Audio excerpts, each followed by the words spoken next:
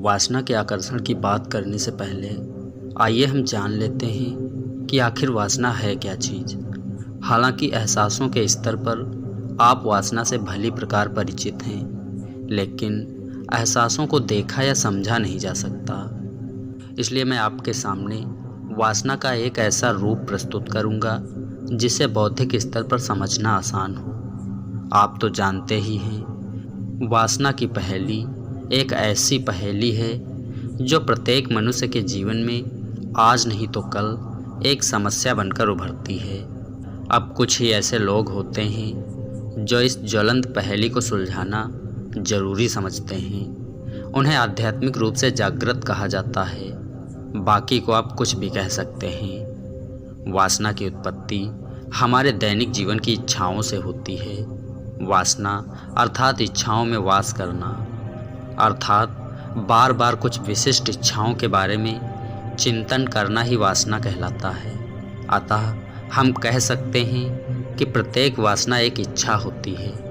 जब आप किसी इच्छा को इस कदर पकड़ लेते हैं कि उसे लेकर आप अपना भला बुरा सोचना बंद कर देते हैं, अपने विवेक का उपयोग करना बंद कर देते हैं, तब उसे वासना कहा जाता है।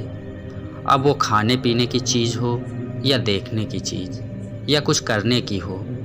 इसी प्रकार काम वासना भी इच्छा का ही एक प्रकार है जो युवाओं में खास तौर पर देखा जाता है।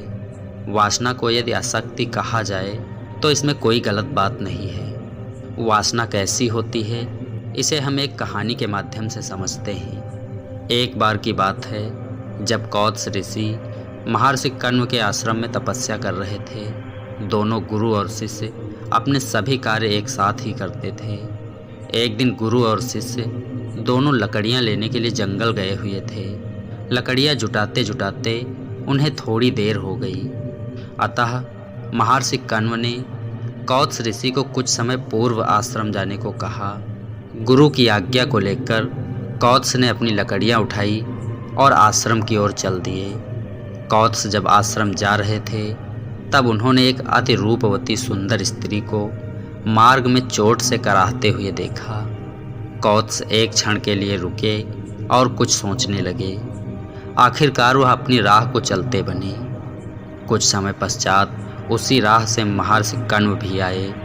जब उन्होंने उस युवती को चोट से कराहते हुए देखा तो अपने शिष्य की अधूरी साधना की सच्चाई जानकर उन्हें बहुत बड़ा दुख हुआ। उन्होंने लकड़ियों का गट्ठर वहीं छोड़ दिया और उस स्त्री को अपने कंधे का सहारा देकर आश्रम ले आए और औषधियों से उसकी चिकित्सा करके उसे पूर्ण रूप से ठीक किया।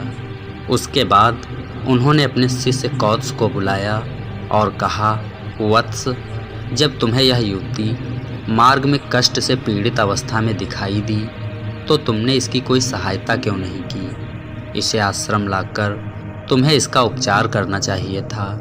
क्या मेरी शिक्षा में कोई भूल रह गई है? गुरु के ऐसे वचनों को सुनकर कौत्स ने लज्जा से सिर झुका लिया और बोले, गुरुदेव, आप व्यथित मत होइए। आपकी शिक्षा में कोई भूल नहीं रही है। मुझे ही अपनी संयमशीलता पर संदेह था कि कहीं उसे अति सुंदर स्त्री के रूप को देखकर मैं अपनी साधना से विचलित न हो जाऊं। इसलिए मैं उसे उपेक्षित छोड़कर वहां से आश्रम की ओर चला आया। महर्षि कण्व अपने ऋषि के निर्दोष वचनों को सुनकर गंभीर हो गए और कहा, वत्स, क्या सौंदर्य की उपेक्षा करने से सौंदर्य से विरक्ति हो जाएगी? मनोभावों को छिपाने, उनकी उपेक्षा करने या दमन करने से कभी उनका समाधान नहीं हो सकता। यदि तुमने ऐसा किया तो अनुकूल वातावरण में प्रकट हुए बिना नहीं रहेंगे। इसलिए यदि वासनाओं के आकर्षण से बचना है तो वैसे ही वातावरण में रहकर आत्मनियंत्रण का अभ्यास करना चाहिए। क्या तैरना कभी सूखे में सीखा जा सकता है?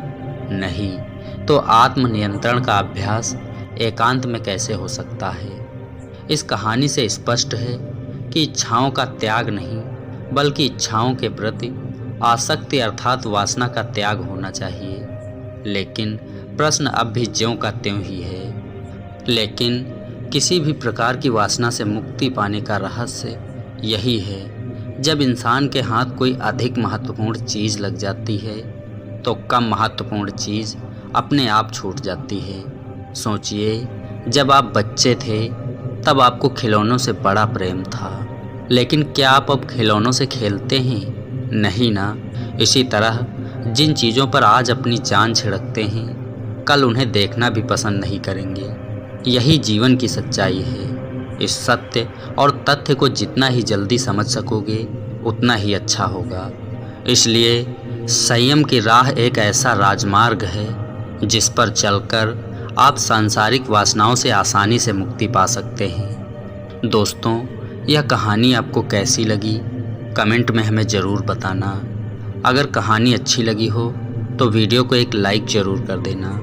वीडियो पर आपका अपना कीमती समय देने के लिए बहुत बहुत धन्यवाद।